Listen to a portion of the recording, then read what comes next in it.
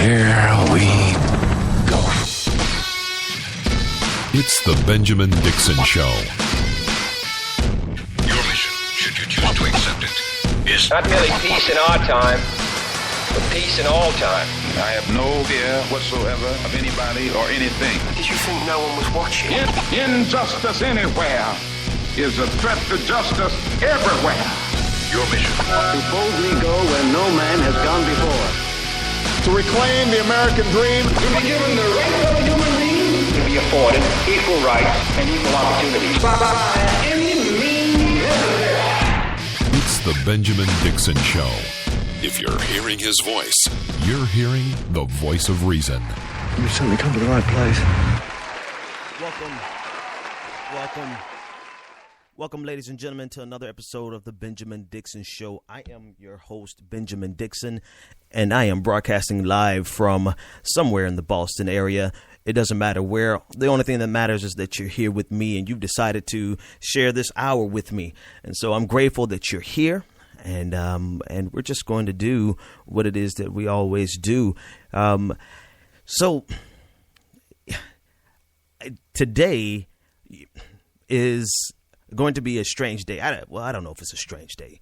I can't say it's a strange day because it's something that I have to deal with on a regular basis. But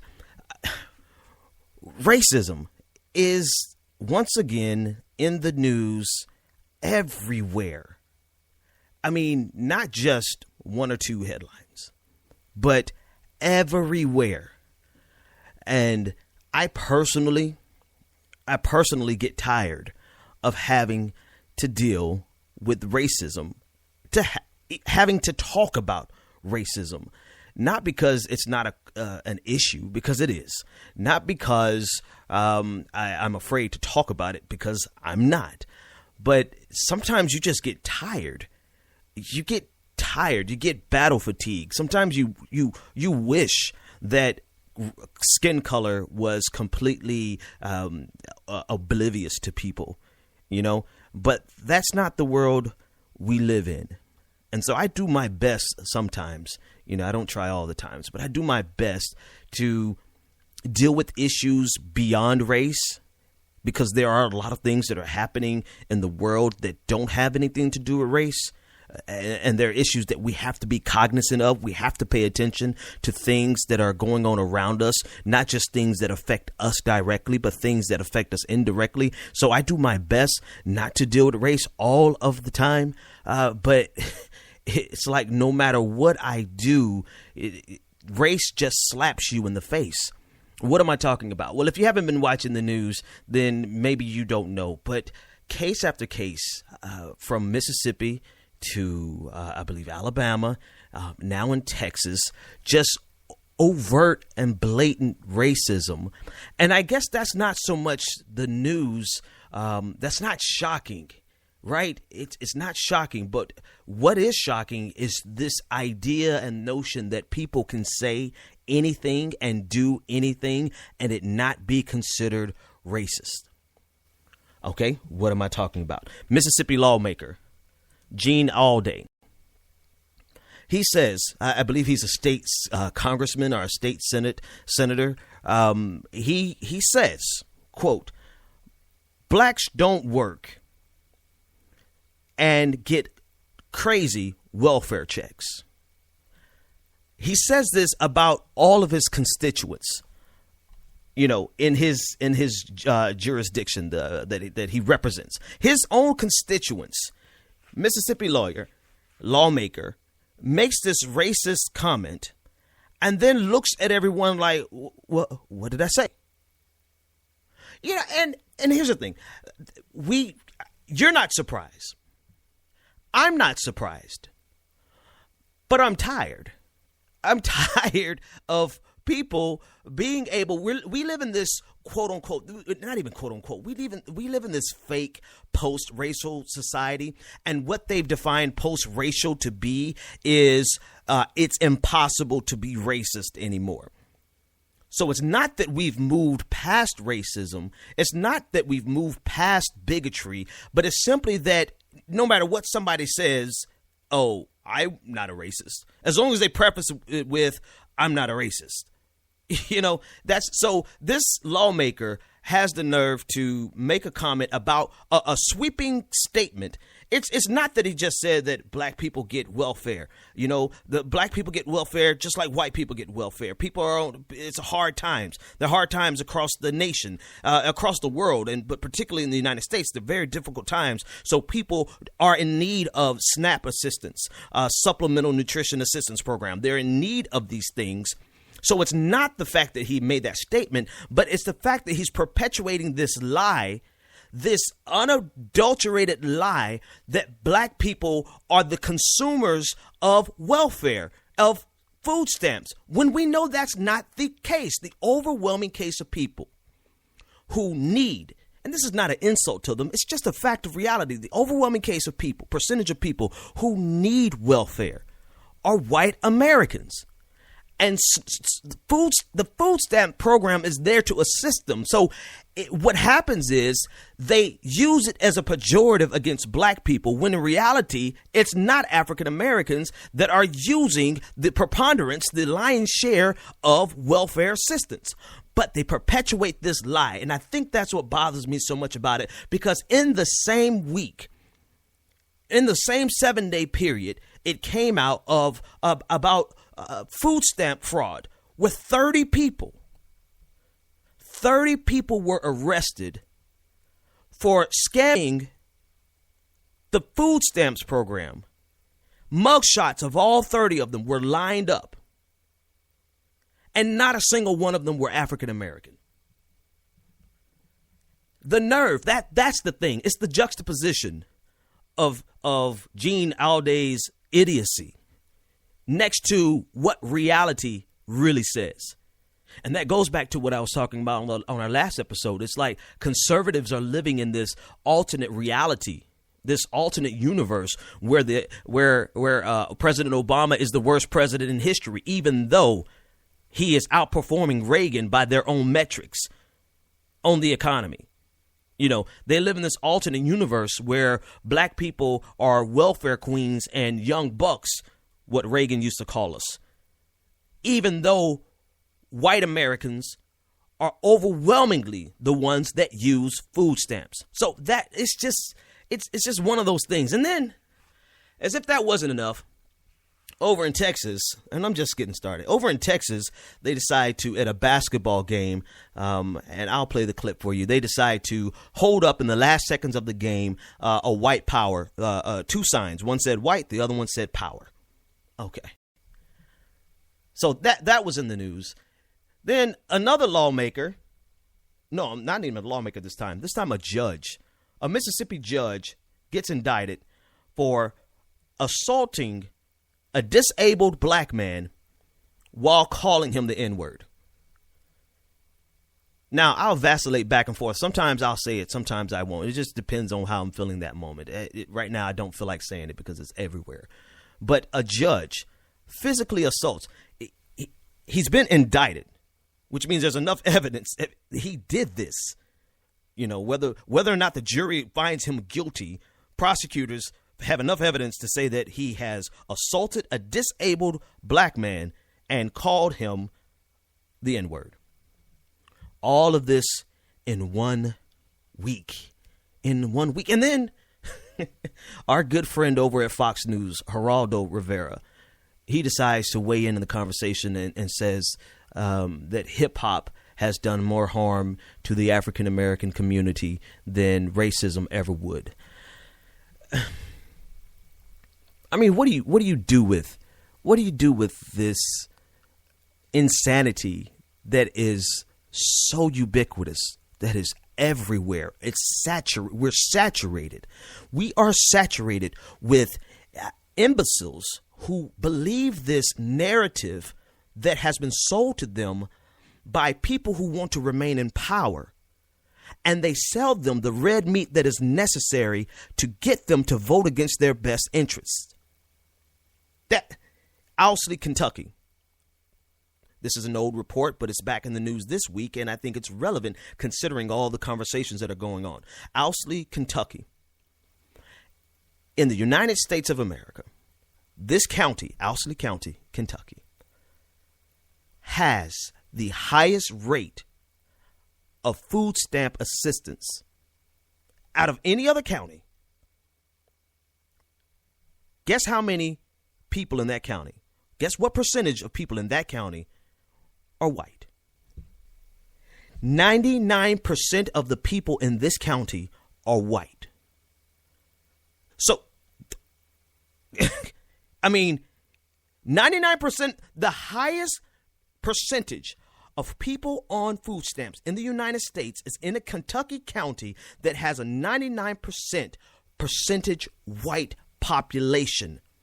But they look at, and see what's aggravating about this. And I'm sorry, normally I try to have a positive tone and, or whatever. Whatever. It is what it is. So you tuned in today. The truth is what the truth is. And what is prevalent right now, what is just slapped me back and forth all last night and through this morning was just this false narrative that has been perpetuated for the last 30 or 40 years, actually a little bit longer. Go back to the Nixon administration and you can see the onset of the Southern strategy where the Republican, the GOP, yes, the conservative party of the United States of America, they realized they had the ability to mobilize the South to vote against their best interest. Because at the end of the day, think about Owsley County. We're not going to talk about, I don't want to talk bad about them. I'm not going to say things bad about them because you know what? If they need the assistance, then I'm glad we are able as a nation to provide the assistance. Right? So we're not looking at them saying, oh, they are the scum of the earth. No, not at all. They need a hand up. And we're more than happy as a nation to help that entire county.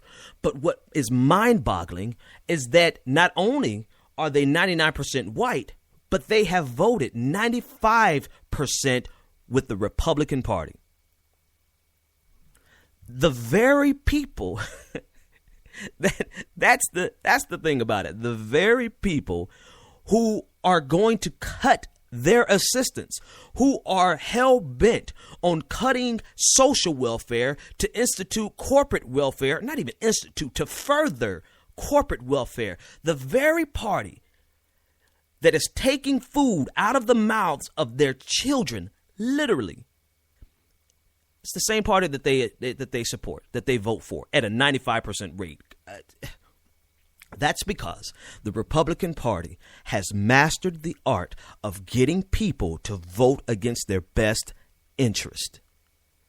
There's a book, an old book, relatively old, called What's the Matter in Kansas? When you look at the performance of a state like Kansas in education, economically, you look at the depressed regions, you look at the poverty, and you wonder what is wrong with them. They still continue to vote for the party that is going to exacerbate their problems. It's like, you know what it's like? It's like a gay person voting for the Republican Party. That's just reality. Why would, and I don't understand it. I know that there are the log cabin Republicans. There is an entire branch of the Republican Party that is pro-gay. Actually they're gay. But the party itself is so antithetical to gay rights that it blows me away that any gay person, LGBT, would vote with the Republican Party. And you say, well, there's so many more issues that are important to them that they're not going to be a single issue voter. Okay. But watch this, when the party that you have aligned with has categorically condemned your very existence with regard to gays and lesbians, and then categorically manipulated the masses against your existence, speaking of African Americans,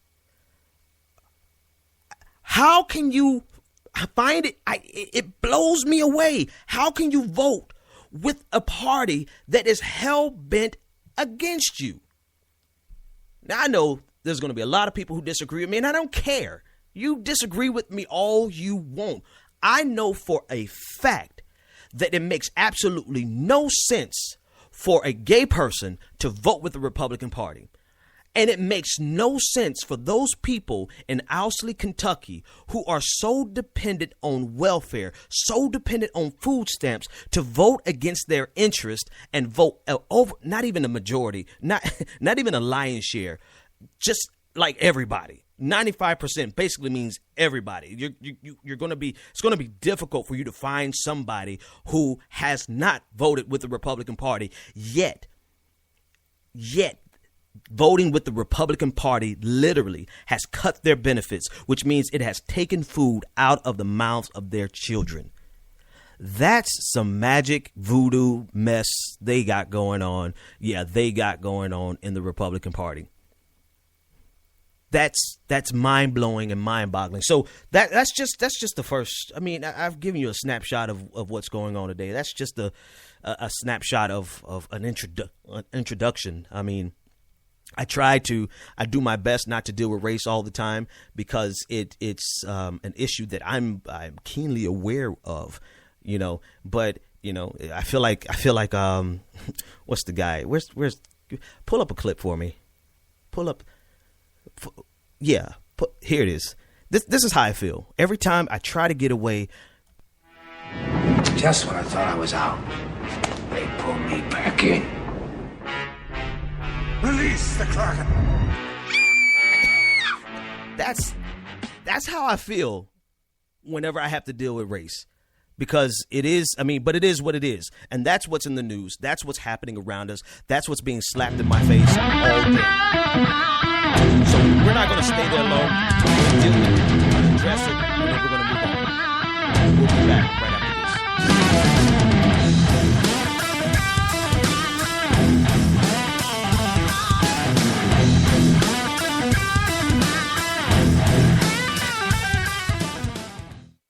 Hey, if you're like me, you're probably hearing the news that the economy is getting better, right? But there's one problem. You still don't have a job. Get back into the game with Chance.com, the state-of-the-art online employment connection for the new generation. Get access to millions of jobs on Chance that are actually hiring now. Stop searching for outdated job postings. Log on to Chance.com. Create a profile, and then be found. Make the connection you need to get hired today. If you're serious about your career, you've got to check this out. Chance.com. Get that job. Make that chance with Chance.com. JANZZ.com.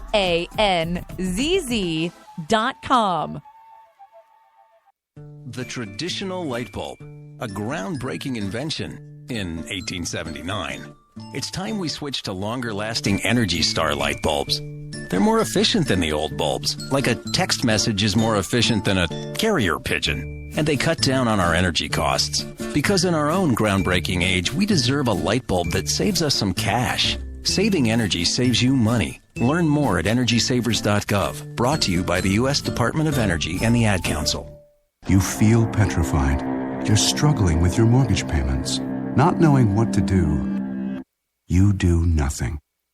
But if you do something, you're far more likely to get the most positive outcome.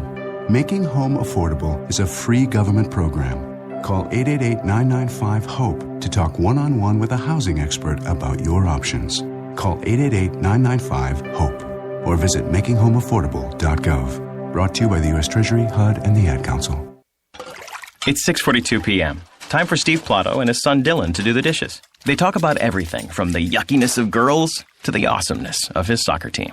Sometimes they don't talk at all. Then, hey! The dreaded splash fight. It's Dad O'Clock, and it's the best time of the day. Because the smallest moments can have the biggest impact on a child's life. Take time to be a dad today. Call 877-4DAD-411 or visit fatherhood.gov. Brought to you by the U.S. Department of Health and Human Services and the Ad Council. Welcome back to the Benjamin Dixon Show. Buckle up for the ride. Give us a call, 857-600-0518. Well, I tell you what, That music made me feel better. I'm back, folks. I feel a little bit better. That last segment, it is what it is. The reality is what it is. Someone chatted a question to me, a great question, actually. And they said, is it that the racism is the color of the skin, or is it based off of truly underneath the color of money? Now, I got so lost in my I got in my feelings in the last segment, and just that was like a 2 out of 10. I promise you, I won't turn up much more than an 8. I'm not going to scare you away. But I got so caught up that I didn't even get to make that correlation. At the end of the day, it's really about green. It's not about black. It's not about white. It's about green. And one of the reasons I'm kind of in some ways, I'm a bit of an outcast from certain segments of the African American community. If you think I'm radical, you don't want to mess with the Hotep fellas. That's an entire different branch that, quite frankly, looks at me and thinks that I'm too timid or that I'm a pawn in the machine. So if you think I'm radical. Good luck with that. You better deal with me because there's some brothers out and sisters out there who see the world only through the eyes of white supremacy. And the reason I have a problem with that is because white supremacy isn't the disease. It looks like the disease, right? It feels like the disease. But the real disease is money, particularly the love of money. Greed. The real disease is green supremacy. The reason they play the race card in the GOP, the conservative party, the reason they do that because they know that racism is so deep in our bones that they can get people to vote against their financial best interest. And they can get, because here's the reality. Let me come full circle with this thing.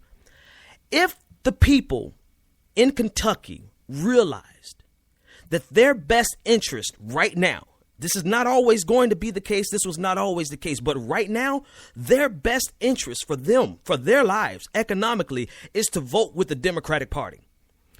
If they ever realized that, then there would be a revolution, not a violent revolution, but a revolution at the polls. We would utterly crush. In one election, we would be able to utterly crush all of the damage that was done by this delusion of trickle-down economics. But how do they keep them distracted from that? They use racism. They use racially tinged words. They use things like that to get people to vote against their best economic interests. Now, that's not categorical across the board with Republicans, because there are some Republicans who voting Republican makes the best financial sense for them. They're making enough money. There's some Democrats, quite frankly, who would do better if, they're millionaires. They would do better if they voted with the Republican Party, because the Republican Party is here to service. They are here to service the 1%, as well as the corporations. So it's not, white supremacy is a symptom. It feels like the disease. It does. I trust me, I understand. But the reality is green supremacy. It's money. They will sell out a white person just as quick as they would try to sell out a black person. I don't want us to get that twisted. So I appreciate that question that came in our chat room. It brought me back to where I wanted, because, it's at the end of the day, it is about money. It's not about Christian values that people think they're voting with the Republican Party for Christian values. But if you notice and you look at track record, they have done absolutely nothing on a national level to forward their Christian values. They just talked about it, and they make you feel good, and they make you feel like, oh, they're the party of Jesus and all this kind of good stuff. That's bull. It's not about Christian values, because they're not doing anything to benefit you on Christian values. It can't be about economics. If you're making less than $200,000 a year, it's not about economics, because they're taking money out of your pocket. So then what is it? They make those people, those good people, I'm not going to talk bad about them, because we need them. We need them to realize the truth. They make those good people in Owsley, Kentucky, feel as though they do play on that racially tinged bone in everybody's body, and they make them feel like, even though I'm taking welfare, I'm not as bad as the black person around the corner taking welfare. And they use that racial divide to maintain the status quo. And that's the problem. And that's what we're up against. We're up against a party who has mastered the art of half-truths. I'm quoting Malcolm now. They're the master of lies, and they have mastered the art of half-truths so that they can maintain the status quo. All right. Race is it's still here. I mean, I still have to talk about it. The next segment, Geraldo. You know what? I'm not going to speak for him. Let him speak for himself. Scandal. I think it's really very unfortunate on the right-hand side. But I think that, for instance, hip-hop. Hip-hop has done more damage to black and brown people than racism in the last 10 years.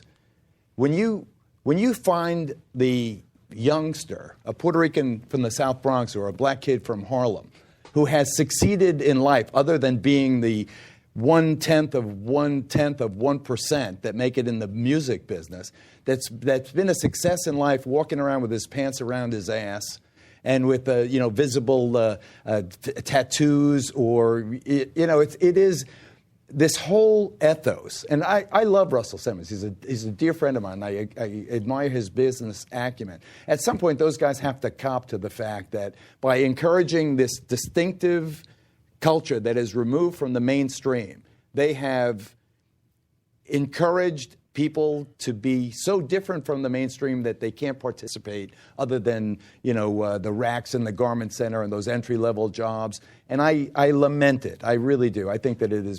All right. I'm going to stop him there. Geraldo. So he says hip-hop has done more damage to the African-American community than racism. Okay. Oh, man. Where do I start with that? There's a lot of places I could go with that. What do you think? Let me deal with the elephant in the room. I'm going to tell you why I agree with him. You didn't expect that, did you? I'm going to tell you why I agree with him. But before I tell you why I agree with him, let me tell you why he's not qualified to talk about it. Geraldo, shut the hell up. This is not for you. You know why this is not for you to talk about? Because you are a pawn in the system of the machine that perpetuates institutionalized racism. You are, it's like a person who is, it's like the tobacco company coming and telling me something about lung cancer. You are part of the problem, Geraldo. You are on Fox News.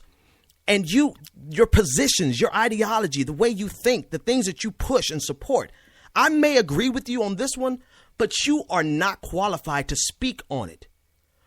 For instance, when LeBron wore, when they did the hands up, and when they wore I Can't Breathe shirt, Geraldo used this as an opportunity to perpetuate the lie that black men don't take care of their children. And he says, LeBron, instead of, he tells LeBron James, who takes care of his kids, right? I hate that I even have to give that caveat. But just to be sure, LeBron takes care of his, just like every other black man that I know. I don't know what circles you guys run in. This is part of that imaginary world that you live in. But the circles that I run in, even when I walk through the hood, I'm going to get back to my point, but when I walk through the hood, I see black men taking care of theirs. So, Geraldo, you're not qualified to speak on this because you are part of the problem. And so when LeBron wore the I Can't Breathe shirt, he decides to get on the air and say, LeBron, why don't you wear a fathers take care of your kids shirt? What? Perpetuating this lie that black men don't take care of their kids, when statistically white men are less likely to take care of their kids when they're not when they're not married to the mother. I'll find those statistics and I'm going to post it in the homework section. That's the reality. But we've allowed this lie to be perpetuated, and he continues this lie. And then he wants to speak about something that, even though there might be some truth to it. Geraldo, you're not qualified to talk on it. Sit down. Have several seats. Now, I'm going to bring in somebody who is qualified to speak about it. Because you can't talk to me about a problem if you're one of the people causing the problem, or you're one of the people perpetuating the problem. But so there are some things that I agree with them on. But before I listen to Dr. Boyce Watkins of Your Black America. And that's why, and this gets back to Bobby Shmurda, that's why you have record labels like Epic that are out there that will gladly promote a Bobby Shmurda, who is an interesting guy, because the music that he promotes is a form of very racist music. It's racist, and I don't care if you put a black face on it. You don't look at the puppet, you look at the puppet master. Bobby Shmurda's not the puppet master. If they told him to rap about chicken and green beans, he would rap about that. All he cared about was getting his money. The puppet masters are these corporations, the Epic Records and these other labels that are paying millions of dollars to young black men like Bobby to get them to rap about black male genocide, to get them to glorify black men killing each other. It's one thing if you rap about what happens in the hood, and it's another thing if you rap about violence as if it's something that has happened in your life, something that has led to tragedy. My brother got killed, this is how I felt. Nothing wrong with that. But when you're rapping like, I want to shoot that nigga in the head, blow his brains out all day, that's glorifying violence. You can't get to the point as any sort of self-respecting people where you are singing and dancing to the beat of your own self-destruction. You can't do that. You don't dance to your own genocide. No group of people in their right minds will celebrate the things that are destroying their families and creating misery for their children. Yeah. So now, from this position, let me tell you where I agree with Geraldo, even though he is completely and utterly unqualified to speak on the issue because he's part of the problem. I don't think that hip hop is, by any measure, has been a worse scourge on Black America than racism. So that entire premise, he should have stopped that sentence before he began. But hip hop has served a role in the destruction, in not the total destruction of the black community, because we are alive and well, but in the problems that we see in the black community. So hip hop, just because Geraldo is not qualified to speak on it, you don't get a free ride, But here's the thing. It is modern hip hop, commercialized hip hop, is an extension of the same white supremacy that is ultimately green supremacy. I'm not going to put everything on quote unquote white people, because that's not it at the end of the day. At the end of the day, it's the pursuit of money by any means. Doesn't matter who you destroy. It doesn't matter who you hurt. It's the love of money. It's capitalism played the way that we played in America. No, I'm not a socialist, but I know that the way that we play capitalism as a zero-sum game is destructive, because it literally, there's a principle in economics where you study the last dollar. And it didn't dawn on me till many years later that what you're really studying is, how can I extract the last dollar from a consumer?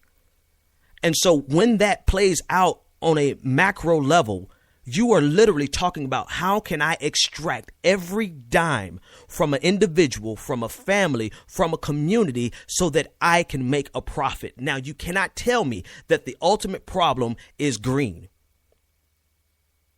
because it is. And so you can see it even in here. You can see it even in the issue that Geraldo tried to speak on but was unqualified to do so. And you could hear it in the issue that Dr. Boyce Watkins, who was very qualified to speak on it, is talking about. You have hip hop, commercialized hip hop. They are extracting talent from the black community because of poverty, and because our boys, they want that money. They need that money. They grow up dreaming about that money, and they extract this talent, and they put a guy like Bobby Shmurda. If you don't know about him, look him up. I don't have time to explain it, but he's a young guy, and most of our first introduction to him was either his video where he was, the video, the title Hot Nigga, and then the real introduction was when you saw him dancing on top of a table at Epic Records in front of a group of people who were predominantly white with one black guy in the corner who happened to run the organization. That's why it's not a race thing entirely. It's a money thing. People will sell out anything. They'll sell out their family for money. And so our introduction to Bobby Shmurda was him dancing on the stage looking like a complete buffoon. No talent. His lyrics might have been witty, but no performing talent. And now he's in jail. He's in jail on a gun charge, and Epic Records hasn't done anything yet to take care of him, to bail him out, even though they built this whole persona around him of gun violence. Right. And so he's speaking on that.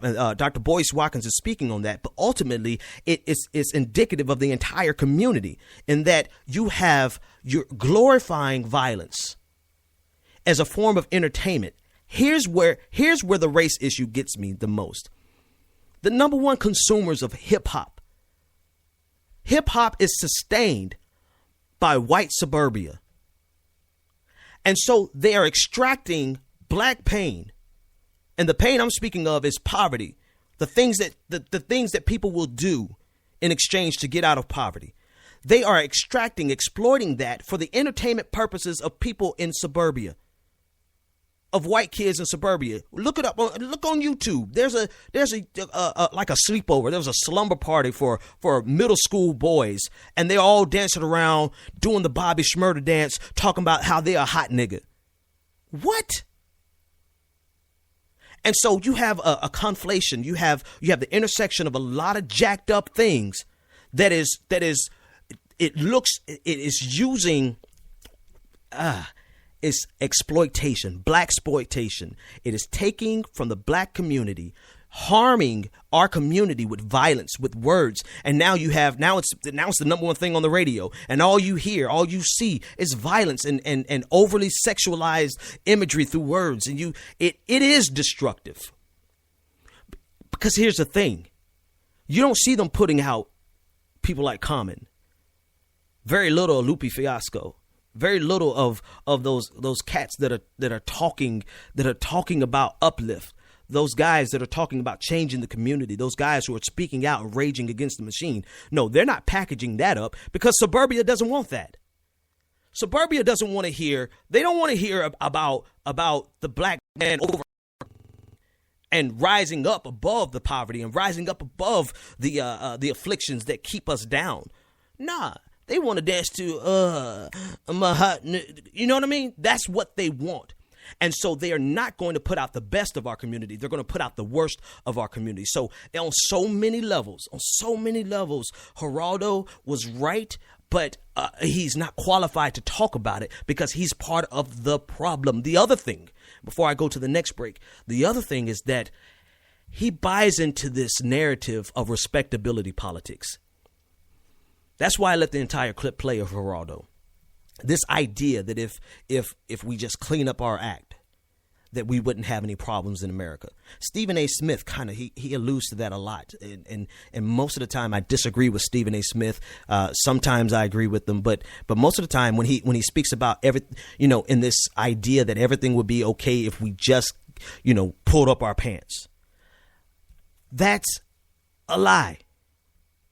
And any black man who goes to work in the morning in a suit and can't get a taxi in New York City or downtown Boston, any black man who takes care of his family and doing everything right according to the books, decides to go out jogging in a hoodie and gets looked at or has the cops called on them.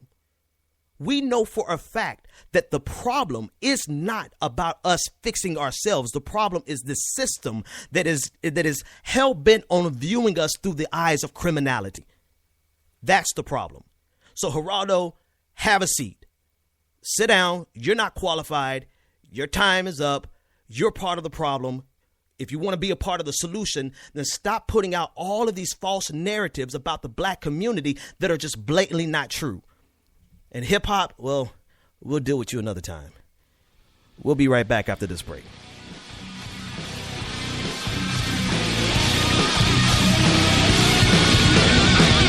You're tuned in to The Benjamin Dixon Show. Join the conversation, 857-600-0518.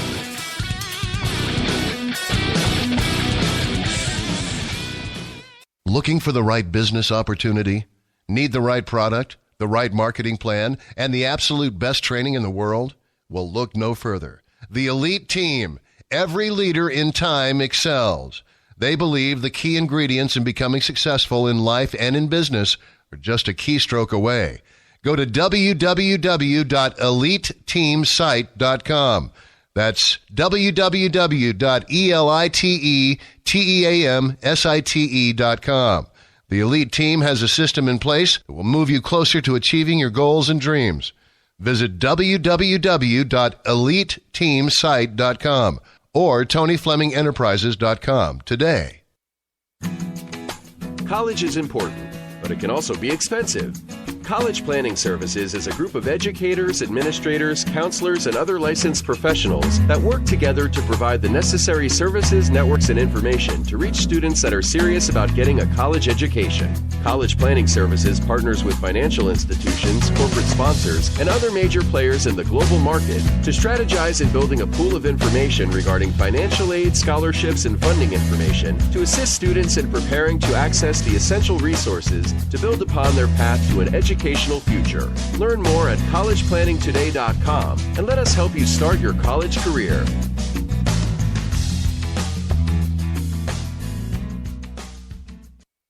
Do you want to take your business to the next level? Ultimate Business Solutions provides the support you need to increase your customer base and sell more products and services online. Specializing in graphic arts, web development, and internet marketing, Ultimate Business Solutions creates the face of your business. If you're looking for a custom logo, dynamic website, or popping marketing material, call Ultimate Business Solutions today at 404-704-2197 or visit www.ultimatebizsolutions.com. Ultimate Business Solutions. Let us create your future. Do you have tax issues, owe back taxes, or need tax relief? Contact L&B Tax Service today. L&B offers you over 15 years of expertise and first-class tax service for individuals, professionals, and business owners. With nationwide service, you can easily find a location near you. Contact one of our tax professionals through our website, lbtaxservice.com. That's www.lbtaxservice.com. L&B Tax Service Incorporated. Tax professionals that you can trust. You've tuned in to The Benjamin Dixon Show. Hey, no, no,